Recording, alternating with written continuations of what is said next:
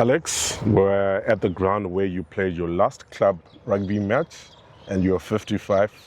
What memories do come to your mind just coming back to that venue today? From that game, pain, because I was far too old. I should not have played, but it was great. It was a fantastic experience, especially, I played a lot longer than most guys.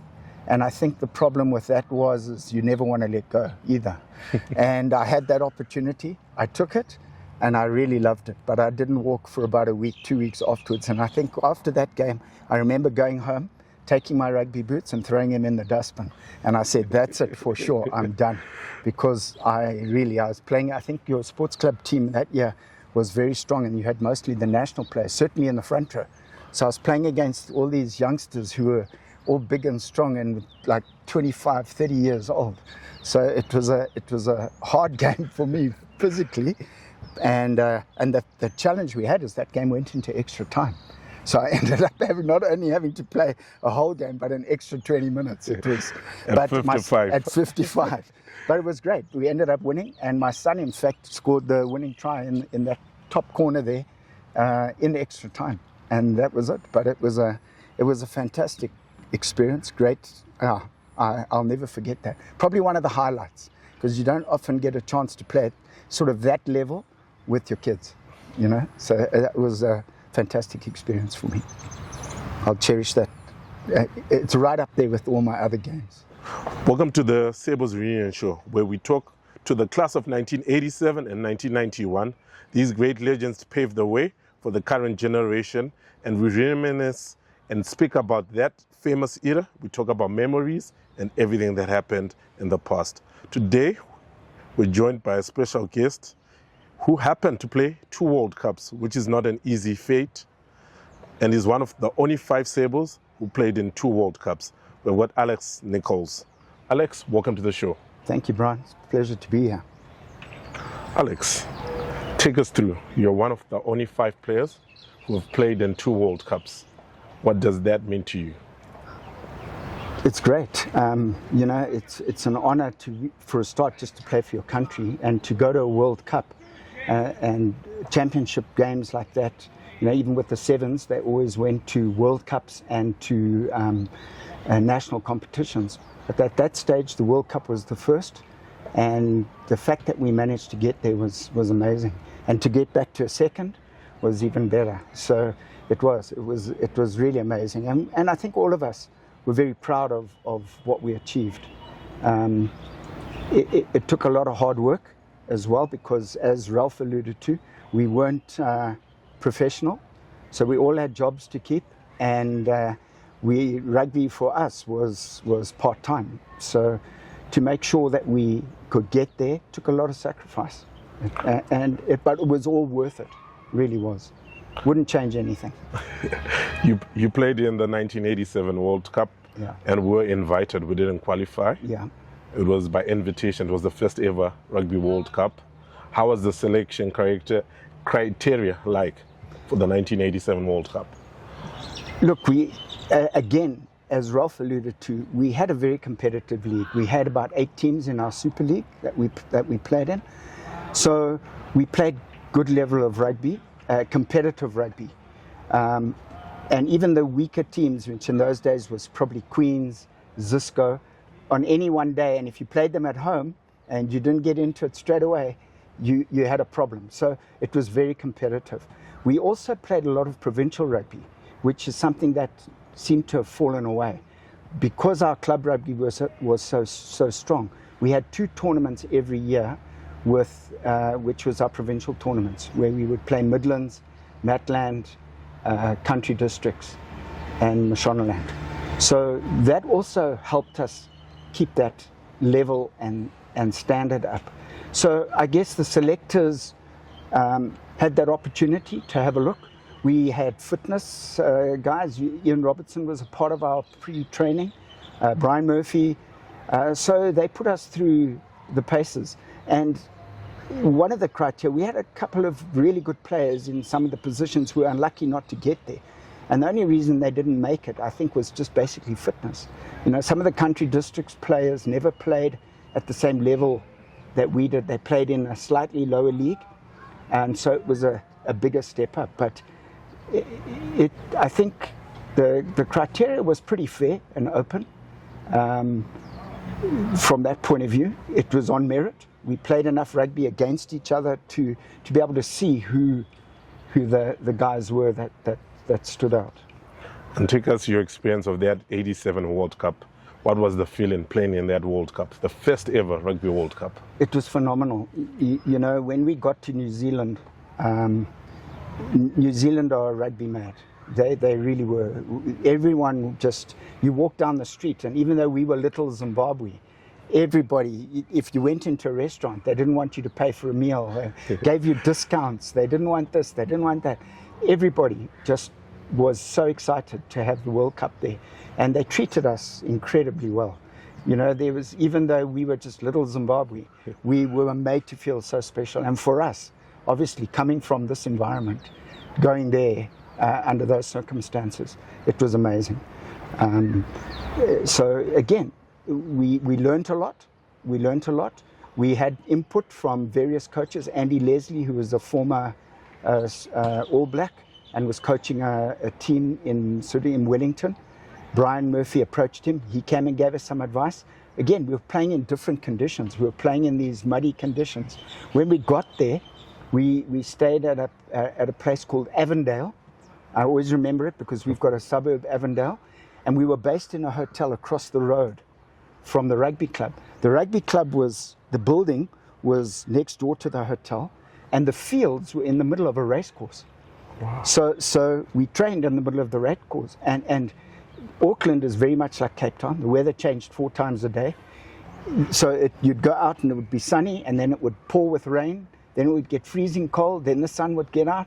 And the other thing they had that was new to us was these indoor training facilities. They called them a paddock. And it was a mixture of sawdust and molasses, very thick sawdust, and you train in there. So it's very hard going because it's an area the size of a 25, and you sweat. Yeah, we had to, and we didn't know what we were doing. So we got into this paddock, and there was all these numbers against the wall, and we couldn't work out what the numbers were. And one of their coaches walked through, and we said, "What are these numbers for?" And they said to Brian Murphy, "No, what we do is we practice our rucking against the wall. So we get the ball, we run into the wall, we set up a ball at the back, then we pick it up and we call another number, we run to that side of the wall, we hit into that wall." And we'd done that for about 2 days. Our shoulders were sore, and then the guys came and they were watching us and they couldn't believe it. And they said, "You guys, why don't you use the pads?" We said, "What do you mean?" He said, "No, there's supposed to be pads along the wall. And we were supposed to be running into these pads." And so they thought we were incredibly tough. Meantime, we just didn't know. So it shows you the naivety of us Zimbabweans going across into a world arena. You know, it showed you the difference in standards and how they actually trained. So it was an eye-opener. We learned so much just from that experience. And you lost narrowly to Romania. Yeah. Did that set the tone for the tournament? I think it did. It gave us a bit of belief. It gave us the belief that we didn't have. Again, as Ralph spoke about preparation, we didn't have a lot of preparation. For us, we picked our club sides, we played this, we played that, we played provincial rugby. We played 4 internationals as warm-ups. We played, I can't remember, I know we played Portugal, who we beat, and I think we played Russia, who we also beat. But at that stage, you know, who was Portugal and who was Russia? So we went there not as prepared as we should have, certainly not for that level. So we were very happy with the way we played against Romania. We were very unlucky to lose that game. And we played good rugby. So then again, the next game was the big test for us with Scotland.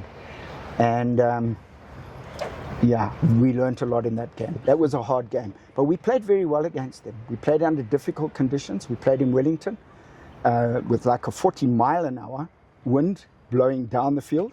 So you had to choose which half you'd play. I think the first half we played into the wind, which was, for us, was incredibly hard because you couldn't kick the ball out. We had Martin Skrobler, who could kick like a donkey, but into the wind, you didn't go very far. So you almost had to try and run the ball in every situation because you couldn't kick it out. And that put us under a lot of pressure. Again, we had our moments in that first half. Second half, with the wind behind us, we settled down a little bit and we played a lot better. I think we were one of the few teams we scored the most points against. I think we scored more points than any other team against Scotland in that game. It became a lot looser in the second half.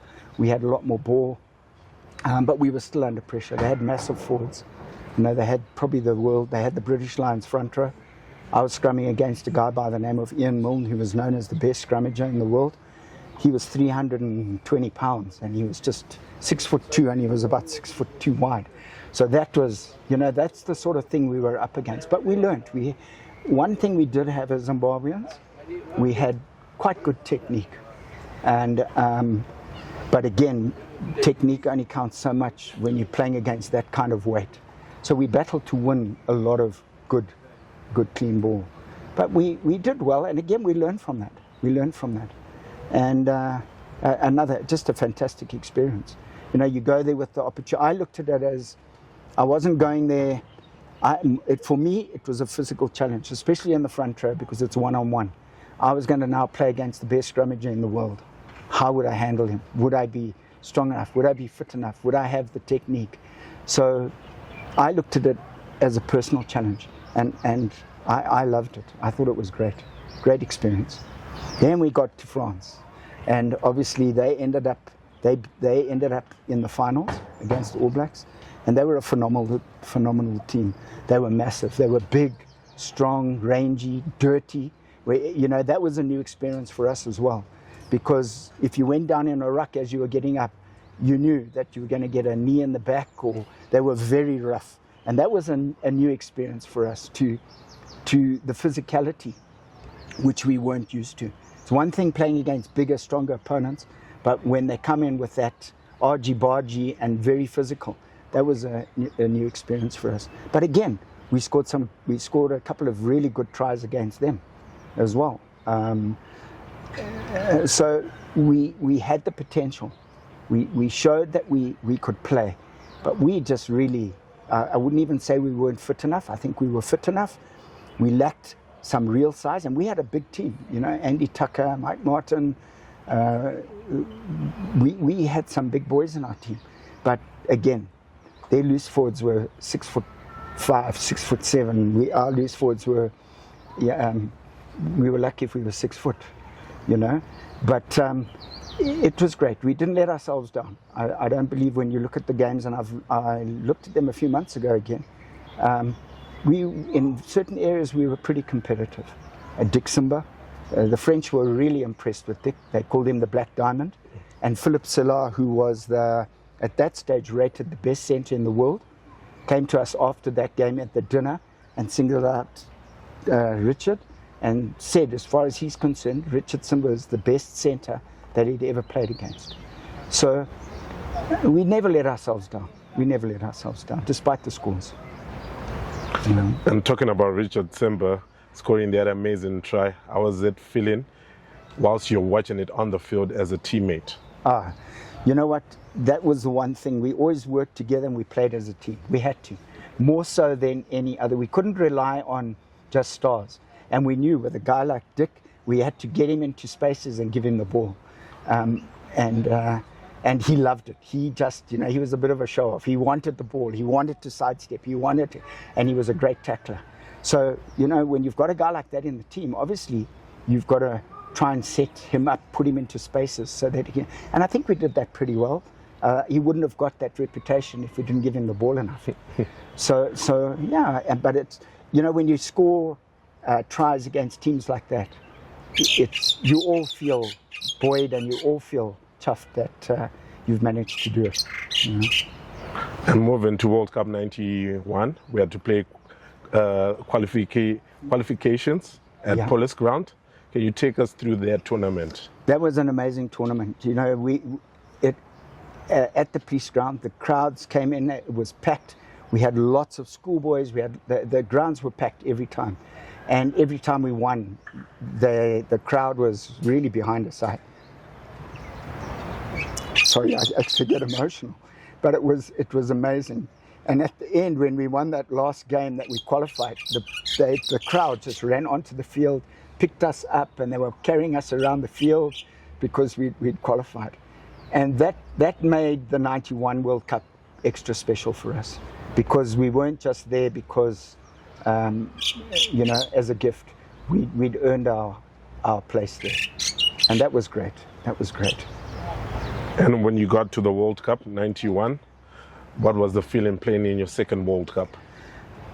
Again, just as special. A slightly different atmosphere. We were based in Bracknell, where we did our 2 weeks of pre-training. Then we moved across to Dublin. And again, the Irish, also phenomenal, great hosts. They loved rugby. And again, wherever we went, they made a fuss of us. They looked after us. It was great atmosphere. And especially when we ran on for the first time at Lansdowne Road. That was an experience that we hadn't felt before, because it's one thing playing in New Zealand, which is neutral ground. You suddenly pitch up in Ireland and there's 40,000 screaming Irishmen.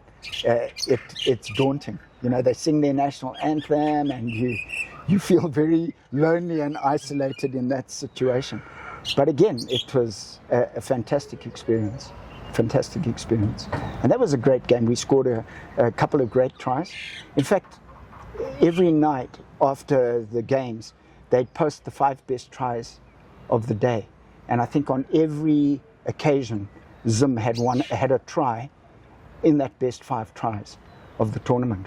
So we scored some great tries against Scotland and against Ireland. We had some great games. We did some great things there. Again, it was just a shock. I think we were shell-shocked from that first kickoff, the screaming and shouting. And the funny thing is, we'd watched, Brian Murphy and them had watched how Ireland play. And we knew they were going to kick deep to the left-hand corner, and we had a plan for them.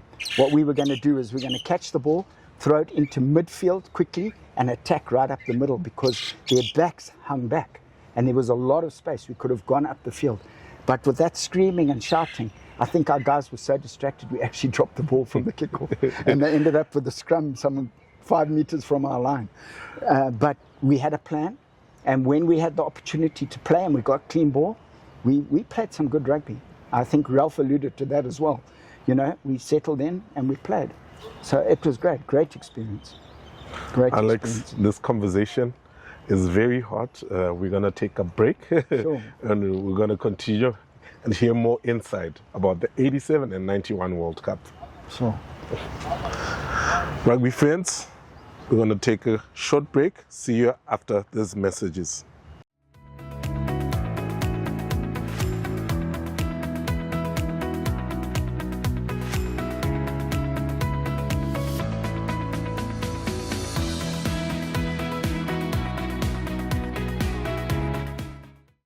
Welcome to the Sables Reunion Show, where we talk to the class of 1987 and 1991.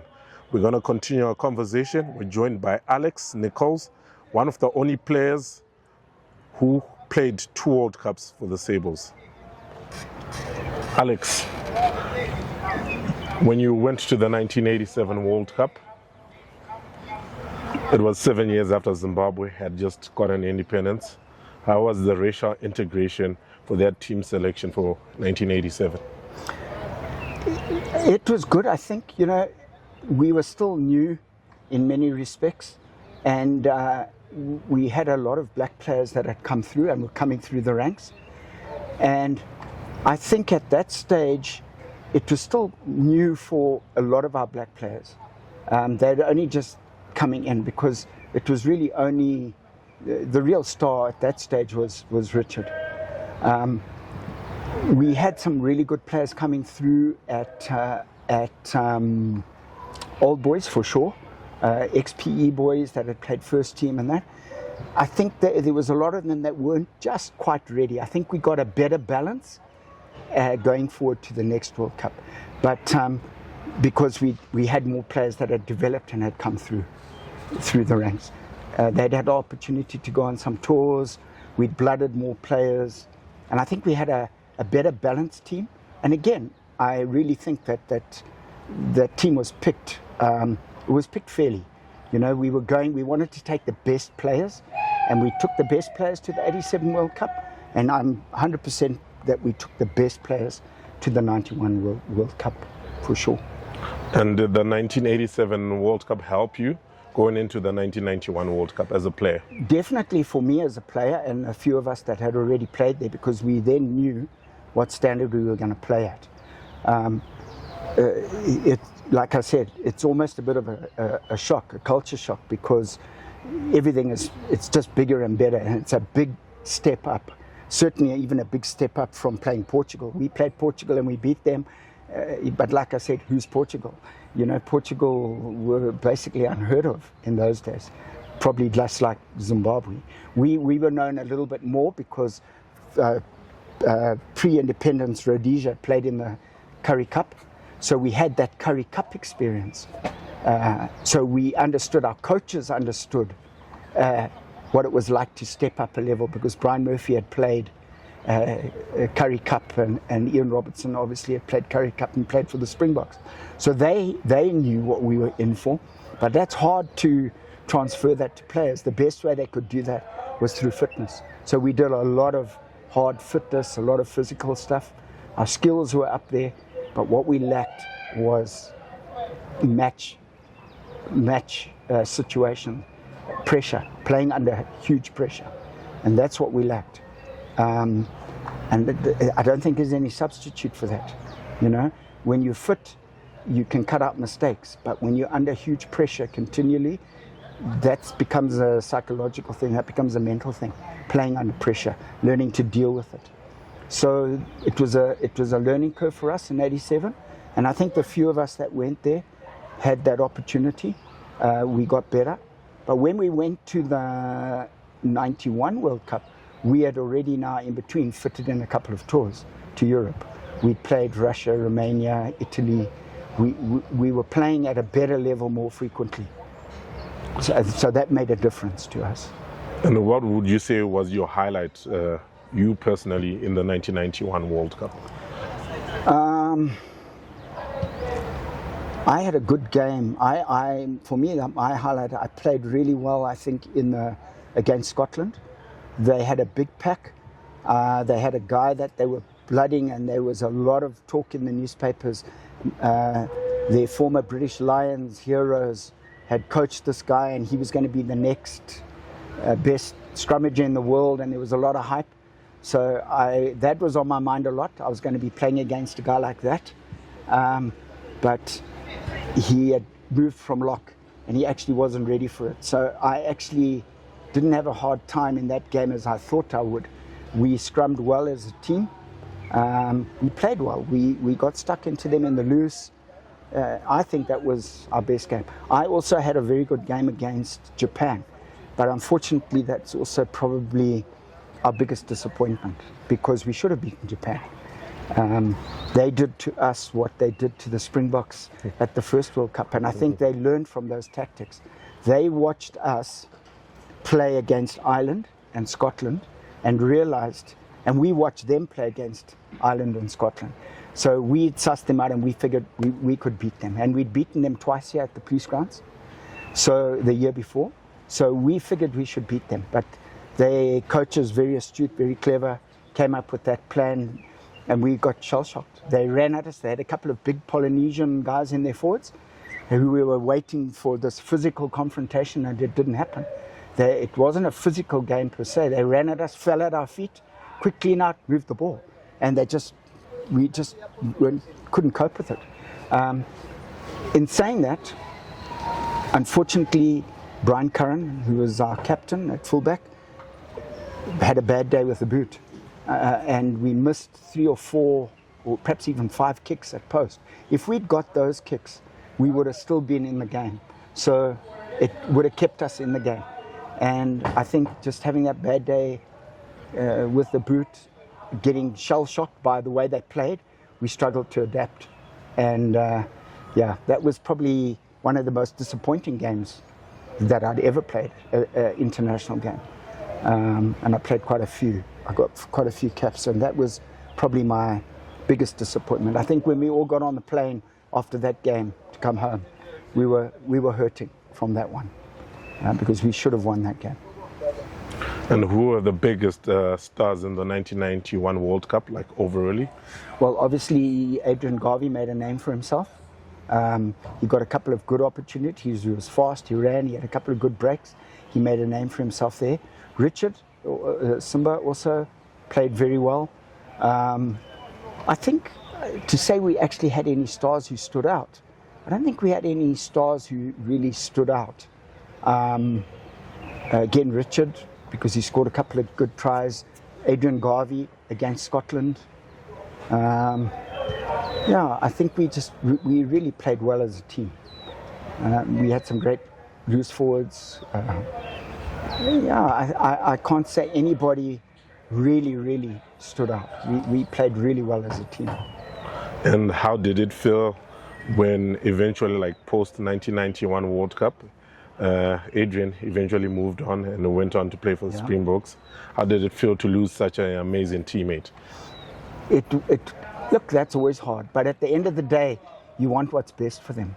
Do you know what I mean? You don't ever want to hold somebody back from playing at that level and that standard.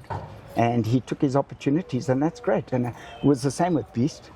You know, he left as under 19 with the under 20s, and they were really impressed with him. We had some great players here that could have made it. Anyway, when we played against Ireland, I've gone blank, can't remember his name. He played centre against us. He was Zimbabwean. His son ended up playing at St. John's, and I know him so well. I've gone blank. Age is catching up with me.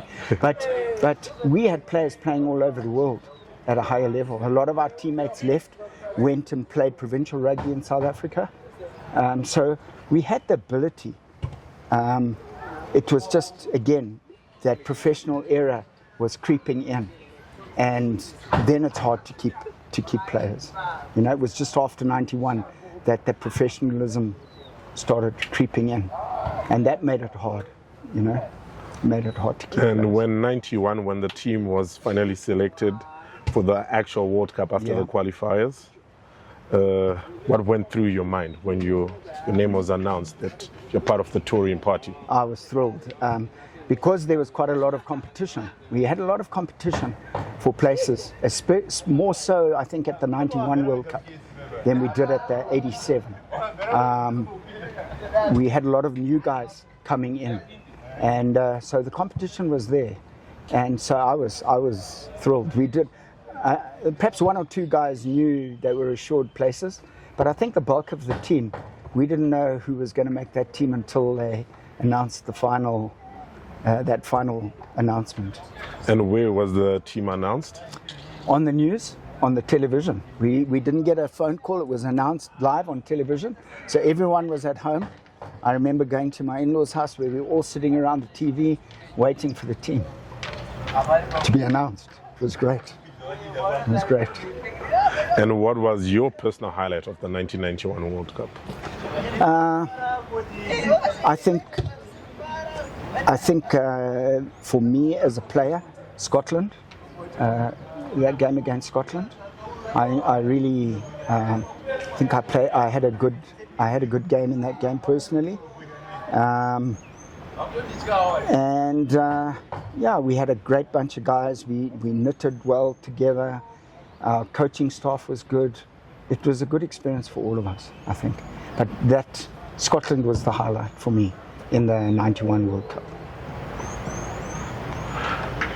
Alex, this conversation is hotter than the scrum in last year Uganda. We're going to continue. We're going to take a brief break again and continue the conversation. Sure.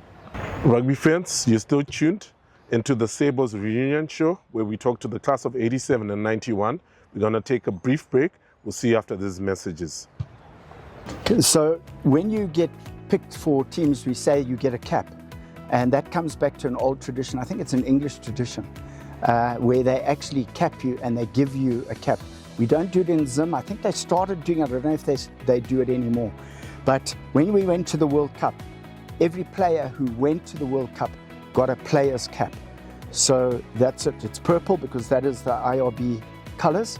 And you can see that it says Rugby World Cup 1987. So we all got that cup. It's not something that we actually wear. We could, I guess. It's too small. It's more as memorabilia, and it's something that we proudly hold because at that World Cup, only the players got that. So they were very limited.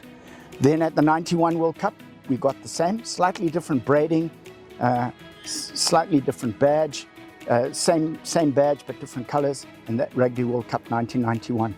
So every player every World Cup that they go to gets a player's cap. So our Zimbabwean guys, when they go, they're going to end up getting a player's cap, and I'm pretty sure it will very similar to the same lines. It will be purple and look very, very similar to this. Okay. Rugby fans, you're still tuned in to the Sables reunion show where we talk to the class of 87 and 1991. We've got Alex Nichols, and we're continuing the conversation. Alex, you played under two captains, 1987, Malcolm Chaliko, and 1991, Brian Curran. Can you please explain how was it playing through these two different captains? Sure. Malcolm was a great captain, very different captain to Brian Curran, who was our 91 captain. Malcolm was at scrum half. He was not a big personality in the team, but he was a great player. He led by example. He never gave up. So for me, a little bit more of like a Khaleesi. You know, you didn't always see him standing out and that, but he did the hard work. And Malcolm was one of those kind of players for me. He was a good captain, and a bit of a surprise selection, I think. I think we were most of our players shocked that he got chosen as captain because we had a few more experienced players in that team. I actually thought a guy like Eric Barrett would have been the captain. Eric was at the end of his career. He'd stayed longer to get through a World Cup, and he was a Springbok trialist. He'd played many Currie Cup games, was an outstanding winger, had the experience, and so I thought we would end up with a captain more like that, and we went to one of the real junior players in Malcolm. But Malcolm was a great captain. He led by example on the field, a man of a few words, but he led by example. You know, and we had a few more older, experienced guys in the team. So I don't think we were a difficult team to captain. We didn't have any strong personalities that needed to be brought into line. You know, we respected one another. Malcolm did a great job. Brian was a little bit more outspoken, a little bit more of a natural leader, I guess you could say. He had more experience. He played. When at university in South Africa, he played for Natal. So he had Currie Cup experience, which also made a difference. Brian was a more charismatic leader, perhaps. But again, led by example, but certainly had more to say on the field, you know, directing operations a little bit more. Let's do this, let's do this, do that. So two different characters, but two different personalities, but both very suited for the teams that we had. And in 1991 World Cup, who were sort of the leaders in the team? I think some of us more experienced guys. You know, we still had Brian Murphy, who was our coach, with Bucky Buchanan. Two very strong personalities, two very respected personalities because we knew their rugby heritage. So I guess we did things, you know, if I wasn't in that team for that day, as one of the senior players, Brian would say to me, take all the reserves and we would practice. I think like Ralph alluded to, when you go there and you're a squad, and I sort of took care of the forwards because I was other than at the second World Cup, I was the oldest player in the team. At the first World Cup, I think I was the second oldest player in the team, and I was only 27, 28 at the first World Cup. but I was 32 at the second World Cup. So a lot of younger players had come through. So our older players, Mike Martins, Mark Neal, who were sort of older, we all sort of had our roles to play, but Brian was the captain. It's changed now, I think, a little bit more just after that in modern rugby.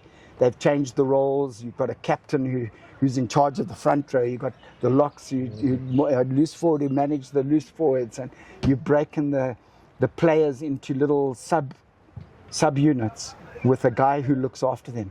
We didn't do that in those days. That was something that came a little bit later. And who were the clowns of the team in the 1991 World Cup? 91 World Cup. At the 98 World Cup, you had Andy Ferreira, and of course, he was always up to mischief. There was always something going on if Andy was around. And of course, at the 91 World Cup, we had Andy again. So we had Andy. Andy was one of the guys. Young Ewan McMillan had to keep an eye on him. Honeywell and Groove was always up to mischief. All this Honeywell wanted to do was eat, always late for things, because he just was trying to eat. We had some real characters.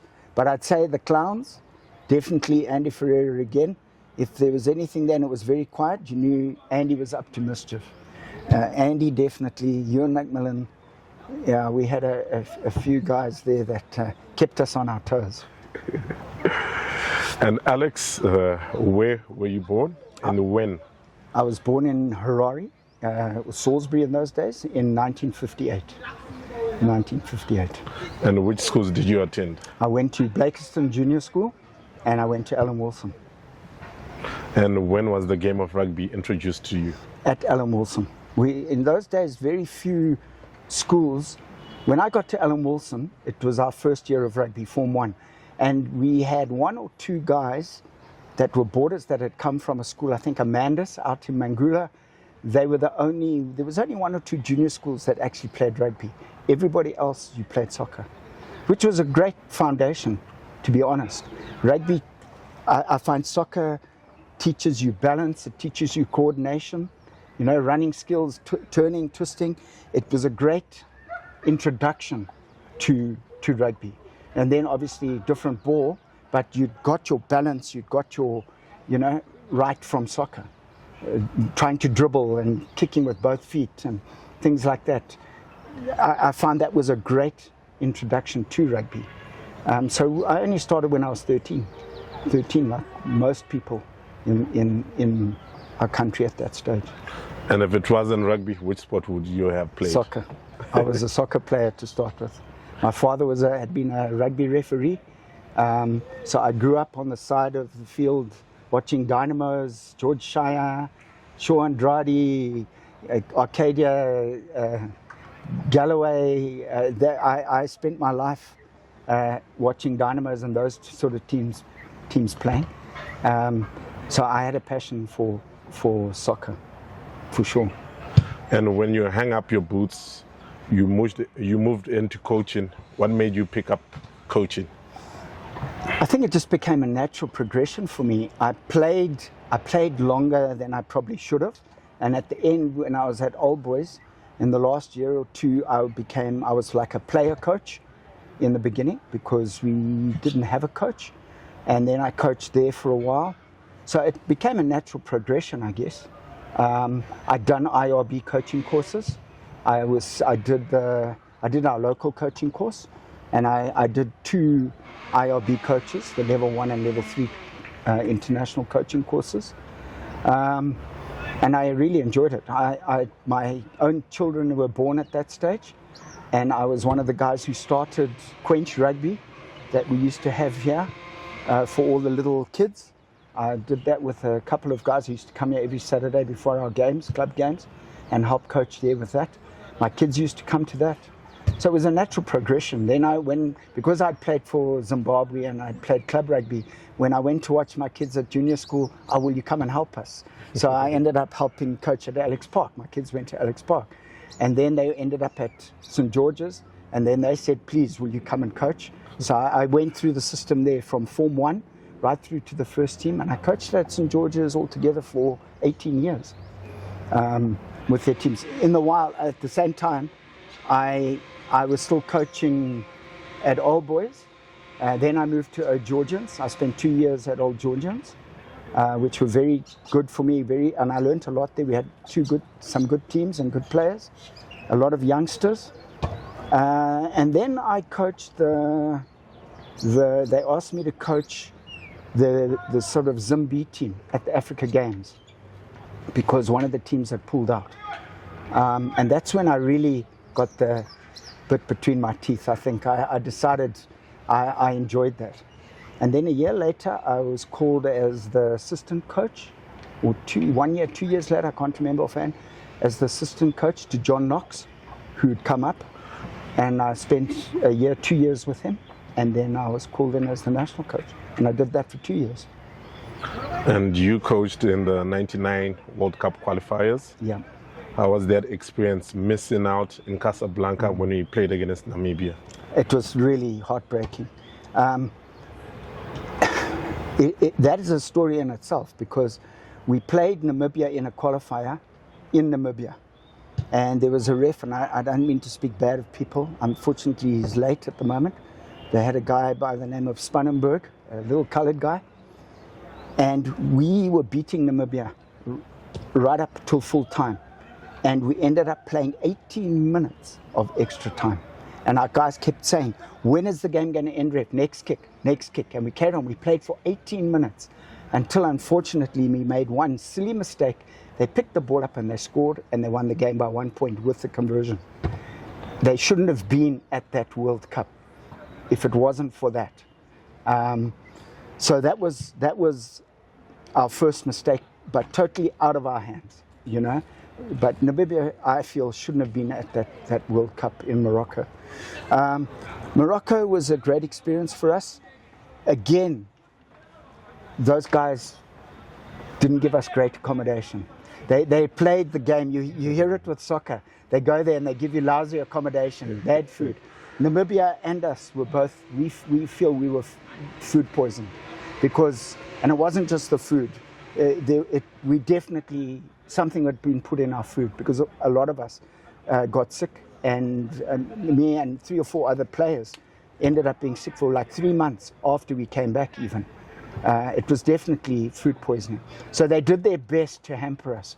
When we got to the ground, there was a big fence around the ground. And as coaches, we couldn't go to the fence.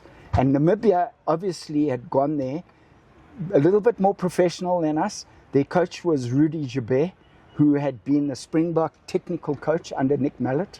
They'd pulled him in. They were desperate for Namibia to get to that World Cup. South African rugby did nothing for us, but they backed Namibia. They gave them sponsorship, they helped them, they gave them a coach even. So it made it hard. But our challenge was, I don't think we had Freddie Jocks, who was our manager, outstanding. The best manager that I ever worked with as a player or as a coach. Every player that goes to the World Cup gets a cap and you get a player's medal. All right, that's the player's medal. So every player gets one of these for every World Cup. I don't know, that's my 91 medal. I've got to find where my 87 medal is. And we might not have given a medal in 87, I don't know, but certainly they've done players' medals now for us. So that's a 91 players' medal. Also, one of the unique things, I don't know if they still do it at other World Cups, when we went to the 87 World Cup, we won a trophy, we won an award as Zimbabwe, and it's called the Fair Play Trophy. It's a replica of this. This is crystal, Waterford crystal, made in Ireland, and the actual trophy is the size of a rugby ball, a huge big crystal. But each of us players got one as a memento that we were able to bring home. So that stands on my mantelpiece at home very proudly, and that was the Fair Play Award. So we were the team that actually gave away the least penalties, and they said played the cleanest rugby at the World Cup. We joked about it and said the only reason we got it is because we didn't win enough ball. So we couldn't be dirty or do anything wrong. But that was a great memento for us. And so each player got one of these. Okay. Alex, you played before the game was professional. How was the rivalry back then, club rugby locally? It was fierce. We all knew each other. We were all friends. But when we got on the rugby field, it was a battle, and we were very competitive rugby. It was really good, and as I say, you need competitive rugby to have a good national team, and I think that was our strength in those days. We had good sponsorship, which also helped. You know, in those days, the breweries sponsored our league. We used to fly to Bulawayo to play games. As we lost that sponsorship, then we would go by bus, and it became harder and harder. But yeah, and then towards the end, when I was coaching, we'd have to organize our own transport amongst ourselves. We'd get combis sometimes, we'd all climb into each other's cars and pay for the fuel. So it became harder and harder. But the rivalry was there. Standard of club rugby was still pretty high. And how was those intense rivalry going to those farming areas, your Banket, your Karoi, your Marondera? Always tense. As Ralph also spoke about in his interview, the country districts guys played basically in the level below us. They would play our second teams. So we were mainly in the Super League, but there were one or two teams. Beatrice was always a very hard game, and Mvurui was a very hard game, and Karoi. And towards the end, Karoi were like the country districts champions. So they would come, they came into our Super League eventually, Karoi, and we would travel there. And those were, again, like playing Zisco and Queens. They didn't beat you often, but if they got you on a bad day, they'd give you a shock.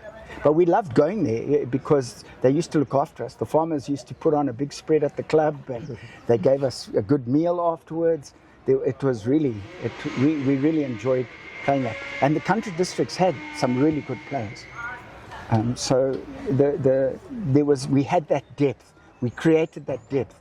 Most clubs had 3 teams.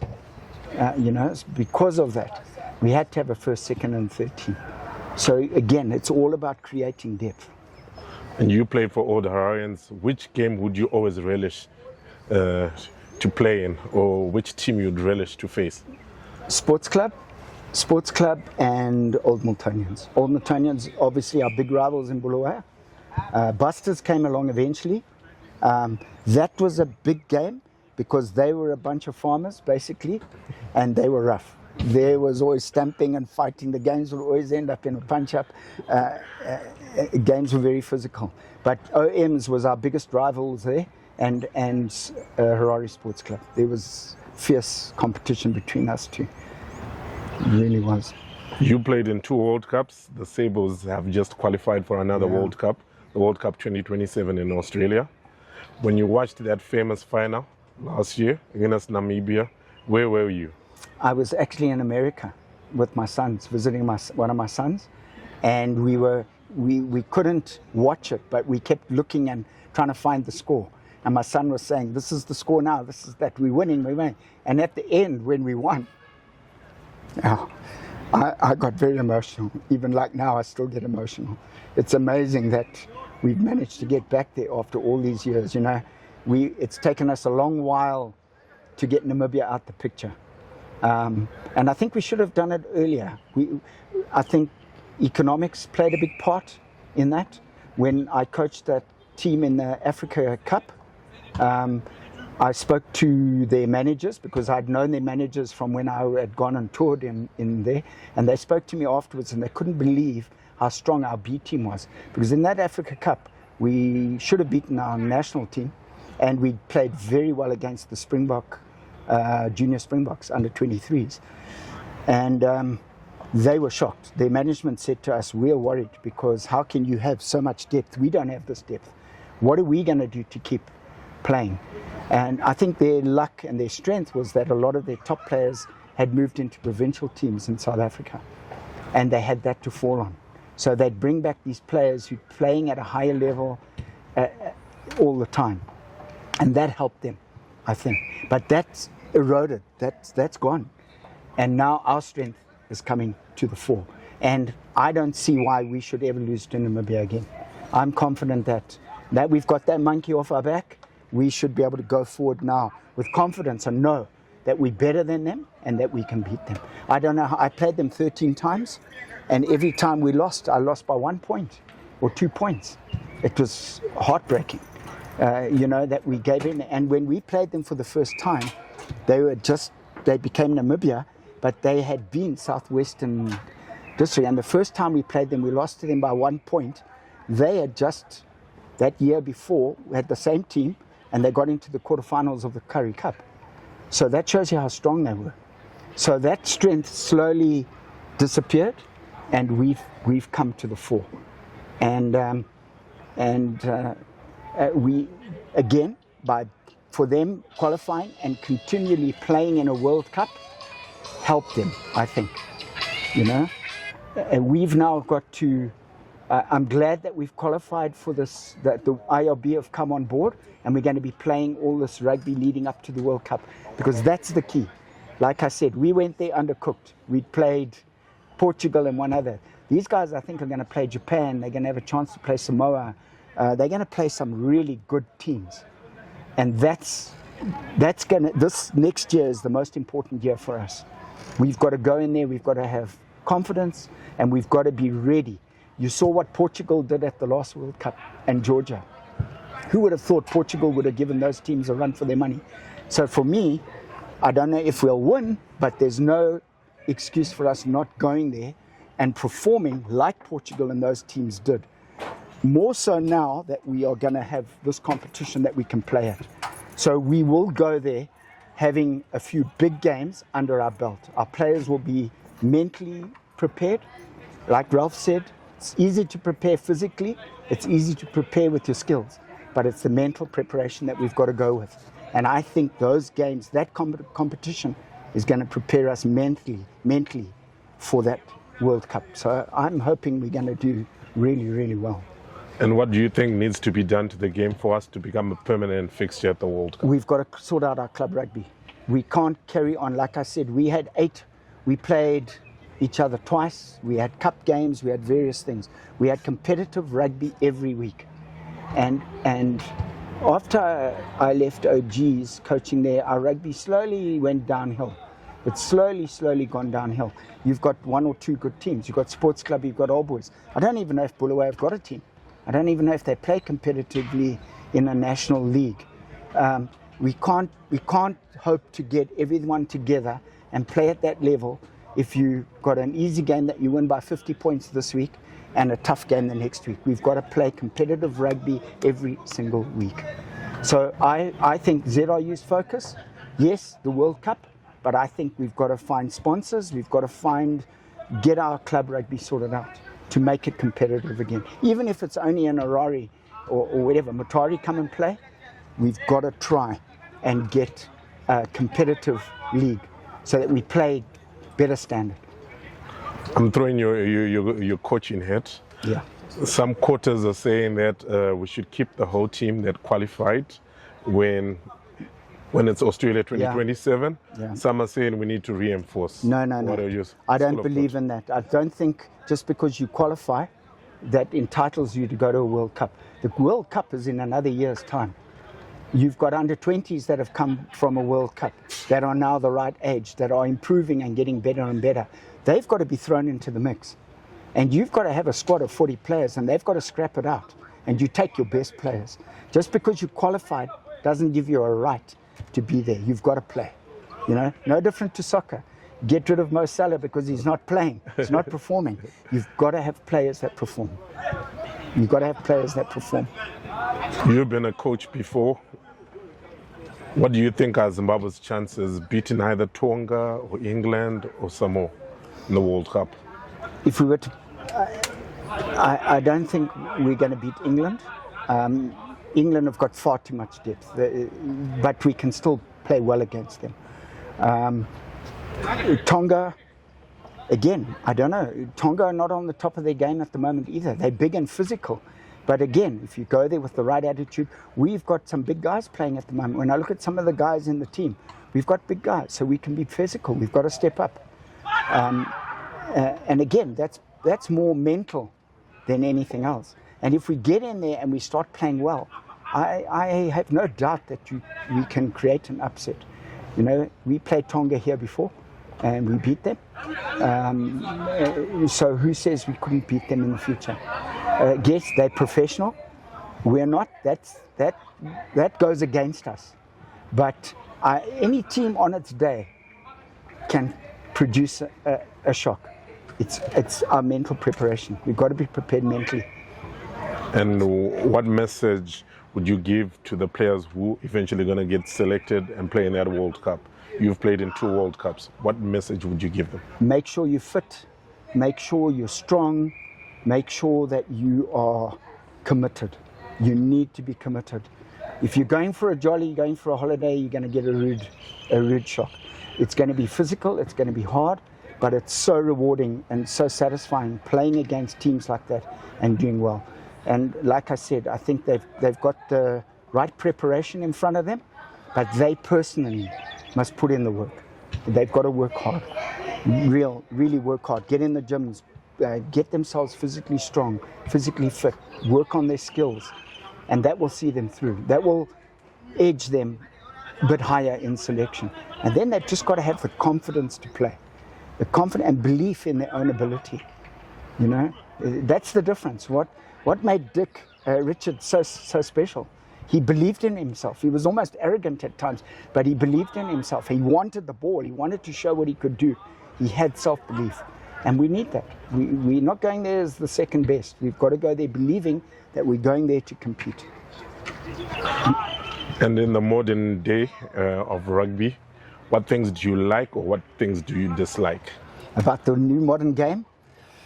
I don't like the scrumming, the way they do the scrumming. I guess I'm old school. There was a lot more technique involved, physical technique, especially as a front row. It was a wrestling match. It's not so much a wrestling match now with a hit, touch, pause, you know, all of this. It's very, they've almost made it too technical, I think. But with that, it could suit us because more balanced. If you, all you've got to do is hold a scrum for 3 seconds to get a ball out. Do you know what I mean? We had to do that. It was a wrestle just to hold it long enough to get a ball out.